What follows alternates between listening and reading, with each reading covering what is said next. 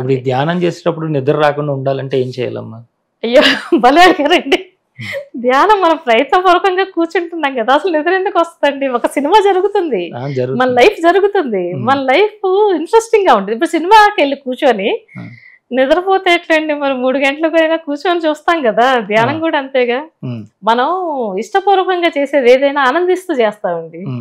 నిద్ర అనేది రాలేదు. ఒక చోట మనకి ఎవ్వరు లేరు చుట్టుపక్కల, మనం హాయిగా కూర్చున్నాము, కళ్ళు మూసుకున్నాము, ఇంకా టైంలో నిద్ర కాకుండా ఇంకేం జరుగుతుంది? యాక్చువల్గా మనం ప్రశాంతంగా కూర్చున్నప్పుడు ట్రెమండస్ ఎనర్జీ వస్తుంది. అసలు మెడిటేషన్ లో ఉన్నప్పుడు అర్ధరాత్రులు కూడా నిద్ర రాదండి. ఎందుకంటే నిద్ర ఎప్పుడు పోతాం? మన శరీరం టైర్డ్ అయినప్పుడు. అసలు ఇంత ఎనర్జీ వస్తుంటే నాకు అసలు ఒక సంవత్సరం రోజులు maybe half an hour, 45 minutes, 20 minutes అలా నిద్రపోయాను నేను. అసలు నిద్ర అనేది ఉండదు. నిద్ర ఎందుకు పోతాం? నిద్రపోయాడు అంటే శరీరం ఇంకా రెడీ అవ్వలేదు. అది ఇట్స్ వెరీ సింపుల్. మరి ఎట్లా రెడీ చేయాలి ఈ బాడీని? చెప్పానుగా, మన గురించి మనం తెలుసుకొని ఆలోచనలు లేకుండా ఉండి, మనకి ఎవరో చెప్పారని ఏది చేయొద్దండి. మనగా మనం ఓకే తెలుసుకో. నాకు ఒక క్యూరియాసిటీతో మొదలు పెట్టాను. రియల్ గా ధ్యానం చేయాలని నేను మొదలు పెట్టలా. కూర్చొని దీన్ని ధ్యానం అంటారు, ఇలా చేస్తే పాస్ట్ జన్మలు కనిపిస్తాయంట అని తెలియడం మూలాన మొదలు పెట్టాను. గత జన్మలు తెలుస్తాయంట అనే క్యూరియాసిటీ తోటి మొదలు పెట్టాను. కొంతమంది అంటారు అసలు ఎందుకు మెడిటేషన్ చేస్తున్నావు అని నేను అడిగాను కొంతమందిని. మెడిటేషన్ గురించి ఇలా క్వశ్చన్స్ వచ్చినప్పుడు ఏం లేదు ఊరినే కూర్చున్నాను అన్నారు. తిన్నా ఊరినే తింటా అండి, మనకి ఎనర్జీ కావాలి, మనకు ఆకలి వేస్తుంది, పొట్ట నింపుకోవడం కూడా తింటున్నాం. ప్రతి పనికి ఒక రీజన్ ఉండాలి. ఊరినే కూర్చుంటున్నాను అంటే వాళ్ళకి ఏం చేస్తున్నారో వాళ్ళకి ఏం తెలియదు. అలా ఊరికనే ఎప్పుడు కూర్చోవద్దు, ఏదో ఒక రీజన్ ఉండాలి. మునులు ఎందుకు తపస్సు చేశారండి? అంతే, వాళ్ళు రీజన్ లేకుండా చేయలేదు. ఏదో ఒక భగవంతుని పట్టుకోవాలి, పొందాలి అని చేశారు కదా. ఒక రీజన్ ఉంది, కోరిక. అది కోరికే, కోరిక పెట్టుకుని చేశారు. అసలు ఏ కోరిక లేకుండా కూర్చుంటే ఏం జరగాలి? నిద్ర వస్తుంది. అది కరెక్ట్ చెప్పారు. ఒక కోరిక ఉండాలి. ఇప్పుడు మనం ఉద్యోగం చేస్తున్నాం అంటే డబ్బు సంపాదించాలి, కుటుంబాన్ని పోషించడానికి అని. చదువుతున్నాము అంటే ఆ డిగ్రీ లేదు మనకు ఉద్యోగం రాదని, ఏదో ఒకటి. ఆడపిల్లలు అయితే పెళ్లి జరగాలని, అంతే కదా. చదువు లేకుండా పెళ్లిళ్ళు ఎవరు చేసుకుంటారు? ఏదో ఒకటి ఏది చేయాలన్నా ఒక కోరిక ఉండాలి. జన్మ ఎందుకు తీసుకున్నాం? ఒక కార్యాన్ని నెరవేర్చుకోవడానికి, లేకపోతే కర్మల్ని బ్యాలెన్స్ చేసుకోవడానికి. Reason compulsory. So same meditation కూడా, మెడిటేషన్ చేస్తున్నాము అంటే ఒక రీజన్ ఉండాలి. ఆ రీజన్ పెట్టుకొని వచ్చినప్పుడు నీ బాడీ కనుక రెడీ అయ్యి కూర్చుంటే ట్రెమెండస్ ఎనర్జీ బాడీలోకి వచ్చి తీరుతుంది. మనం ప్యూర్ హార్టెడ్ తో కనుక కూర్చుంటే అంత ఎనర్జీ ఉన్నప్పుడు ఎందుకు నిద్ర వస్తుంది? రెస్ట్ లేకుండా బాడీ టైర్డ్ అయితేనే నిద్ర వస్తుంది. ఎనర్జీ గెయిన్ చేసుకోవడం కోసం నిద్రపోతాం. అసలు ఎనర్జీ మనం వద్దనుకున్నా వస్తున్నప్పుడు నిద్ర అనేది అసలు రాదు. నిద్రపోవడం అనేది టూ సిల్లీ. అంటే ఎప్పుడైతే ఈ కుండలిని శక్తి అని మనం మీరు ఏదైతే అంటున్నామో, మీరు సుషుమ్నా నుంచి మీకు ఎనర్జీ పాస్ అయిందని అన్న విషయం మీకు ఎలా స్టార్ట్ అయిందమ్మా? అది ఎడా పింగళ నుంచి మీరు శ్వాస 2 ఈక్వల్ అవ్వడము, సుషుమ్నా నుంచి ఎనర్జీ పాస్ అవ్వడం, అలాంటి ఎక్స్పీరియన్సెస్ ఎక్కడో చదివి చెప్తున్నారు కానీ నేను ఓకే శ్వాస వస్తుందా, ఈ ముక్కులో ఎక్కువ వస్తుందా, ఈ ముక్కులో ఎక్కువ వస్తుందా, బాడీ ఎలా ఫీల్ అవుతుంది అసలు ఏమీ తెలియదు అన్న. జీరో, కంప్లీట్ జీరో నా నాలెడ్జ్. అసలు తెలియదు అసలు ఏం జరుగుతుంది అన్నది కూడా. ఈ కుండలిని అన్నది కూడా అసలు నేను ఎప్పుడు వినలేదు. ఆ తర్వాత నాకేం జరుగుతుంది అని ఎక్స్పీరియన్స్లు టైప్ చేస్తే దీని కుండలిని అంటారని నాకు అర్థమైంది. అది నా నాలెడ్జ్. అంత జీరో నాలెడ్జ్తో నేను కూర్చున్నాను. అలా నేను జరిగేది ఓకే నాకు ఇలా జరుగుతుంది అని రాస్తున్నాను కానీ దానికి ఒక పేరు నేను ఎప్పుడు పెట్టలా.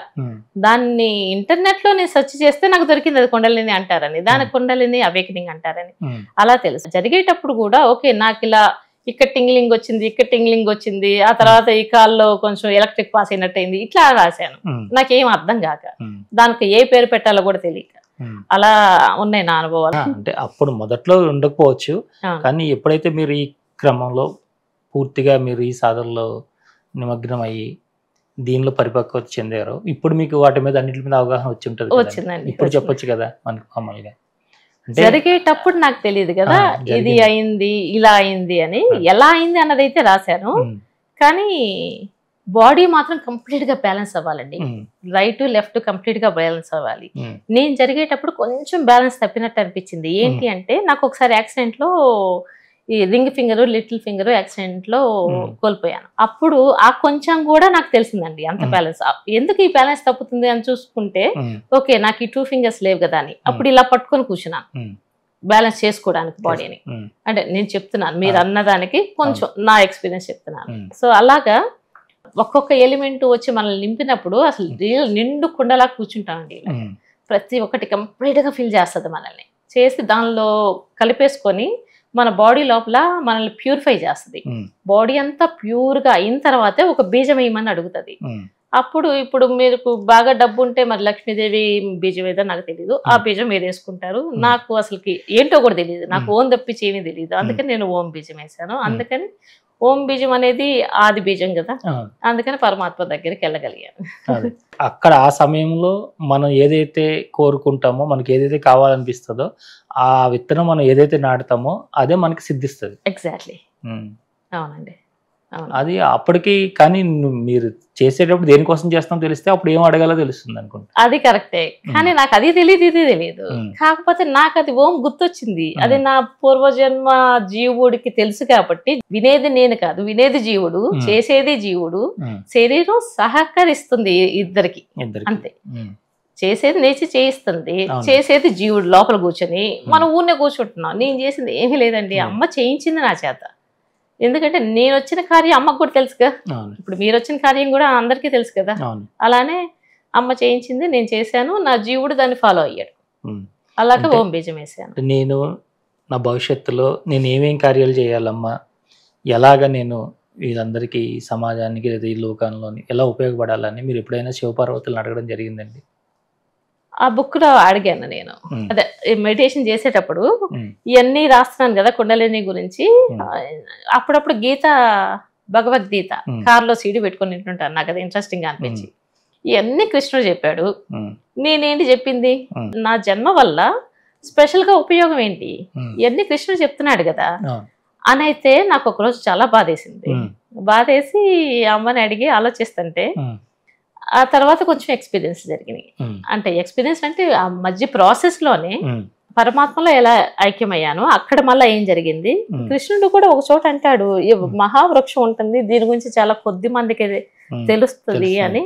అంటే నా వర్డ్స్ తో చెప్తున్నాను, ఫ్యాన్సీ వర్డ్స్ నాకు తెలియదు అని. అప్పుడు నాకు అర్థమైంది, ఓర్ని నాకు జరిగిన, నేను ఆ చెట్లో నుంచే కదా బయటకు వచ్చాను అని అప్పుడు అన్వయించుకొని ఓకే అని సాటిస్ఫై అయ్యాను. అలాగా.